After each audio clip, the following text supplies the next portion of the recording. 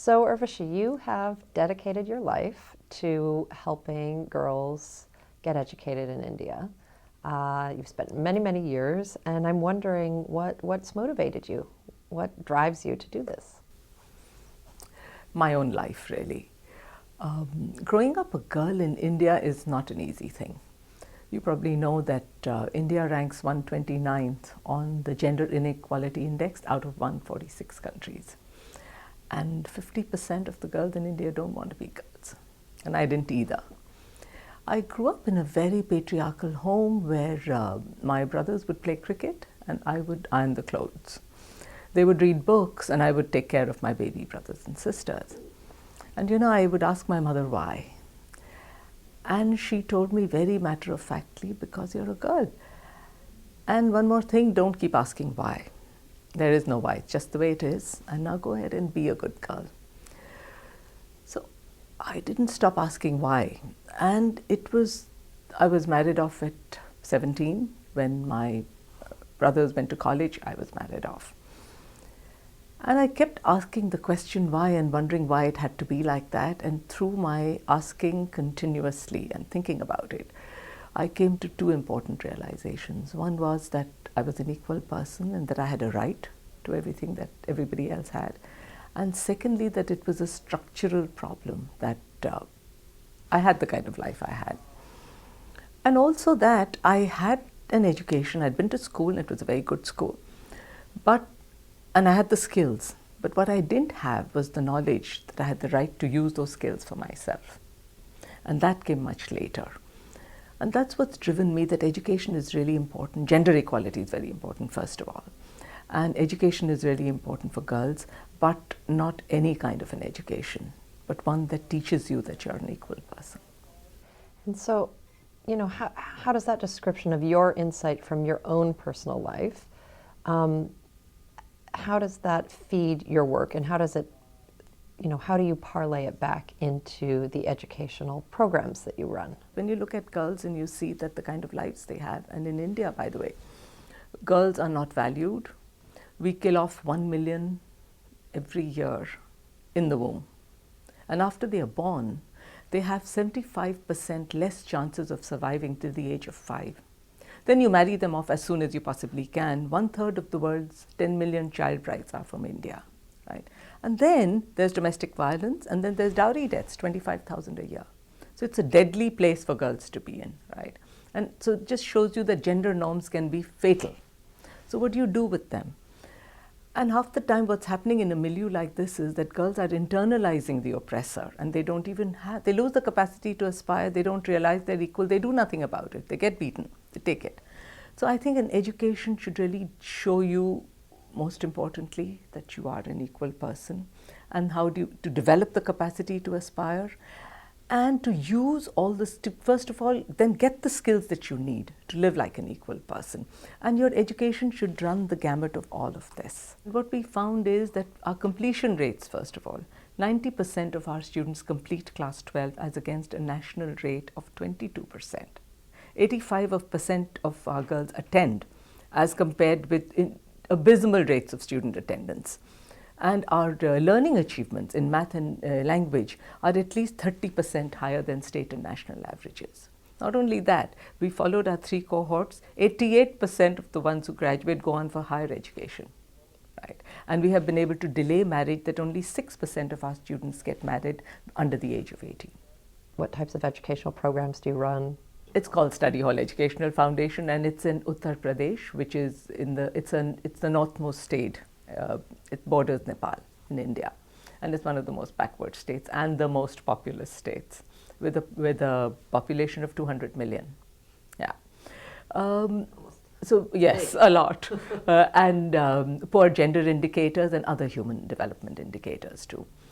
So we started our work, and the goal at that time was to have a high quality education, right? And quite honestly, I didn't have a social and political perspective when we started out. It was a liberal perspective of all children must have a good quality education. And being middle class myself, I wasn't really thinking beyond that, which is a failing of many middle class people, myself included. I'm guilty of that. But over time, So we started off with this fee-paying school for middle-class children with the goal of it should be a high quality. And again, it should be very child-responsive based on what children need and the questions they have. And that was a fee-paying school. Slowly along the line, with the money that we raised from that, it not only started to pay for itself, we had surplus. And whatever was left over, we used to seed many other projects. We started the girls' education program in the same building, using the money from the fee-paying school for 3 years till we had 200 children. Then we started a rural school program. It's called Vidyasthali, which is 25 kilometers away. And currently, again, we seeded it ourselves for 5 years. We put the building, got the students, and we have students from 56 villages, and it's 480 children now. We started a school for special needs children, an integrated program, again seeded with that. And then the mission of our school really is to innovate for quality education and to use and then to scale these innovations. And for that we started a unit called Digital Study Hall, which I co-founded with, in fact, somebody from the US. He was a professor at Princeton, Randy Wang. And we use very simple video technology and mobile phone technology to capture all our best practices in a very systematic way. And then to turn them into DVDs, train local teachers in mediation pedagogy and use it and farm these out to very remote areas that don't have the human resources or the physical or economical resources that places like Lucknow have, for example. Right. So give me an example. You have a series of schools and educational interventions. Give me an example of an innovation. It's almost like they're laboratory schools. That's You're trying things. They're all, seems to be with very marginalized populations. You're trying different things to see what's working, and some of them are incredibly successful in terms of, you know, really important education, but life outcomes. And what's an example of an innovation that you have learned and then scaled through technology? And what technology are you using to scale that innovation? Right. Let me talk about the girls' education program, in fact. What we use is a critical feminist pedagogy. And actually that comes from Freire, that everyone knows, and it's not new, it's 4 decades old. And it's really very simple. We sit in what he called cultural circles, and you talk about your lives and you share stories. And when you do that, you together, and that's the teacher's role, understand the causes of the oppression and the subordination. First of all, what the oppression is, then the causes of those, and then an action plan of what shall we do. And that is one of the innovations that I have seen has been life transforming for our students. And it is really very, and all based on that, we build a whole gender studies curriculum. And what we did with the technology was that it was happening, and while it was happening live, we captured it on video. So now we really have a toolkit. We have all our empowerment classes on video.